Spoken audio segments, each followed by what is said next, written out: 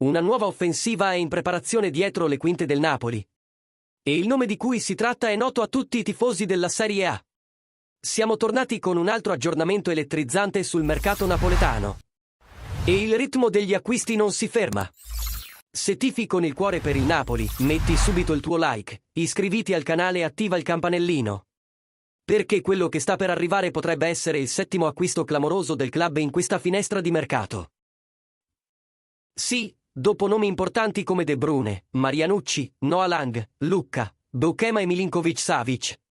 Un nuovo nome torna alla ribalta, Yunus Musa, centrocampista del Milan e della nazionale americana. Secondo informazioni esclusive pubblicate dalla Repubblica, il Napoli sta riprendendo interesse per Musa dopo un vertice a Ischia che ha ridefinito i prossimi passi del club. Sul mercato, Giovanni Manna, direttore sportivo dell'Azzurra, ha individuato la necessità di un nuovo centrocampista. Soprattutto se Anguissa non fosse pronto al 100% per iniziare la stagione da titolare assoluto. L'americano Musa era già stato sondato all'inizio di giugno e ora, con i rinforzi offensivi praticamente consolidati, l'attenzione si sposta sul centrocampo. E non è un caso, lo stile di gioco fisico, combattivo e dinamico di Musa si adatta perfettamente allo schema di Conte, che privilegia l'intensità e la polivalenza.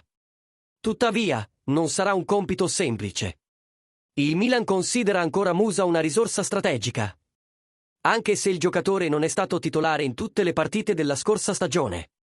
Il Napoli, dal canto suo, ritiene che con la giusta proposta, e con la promessa di più minuti in campo, possa convincere il giocatore e il club rossonero ad accettare il trasferimento.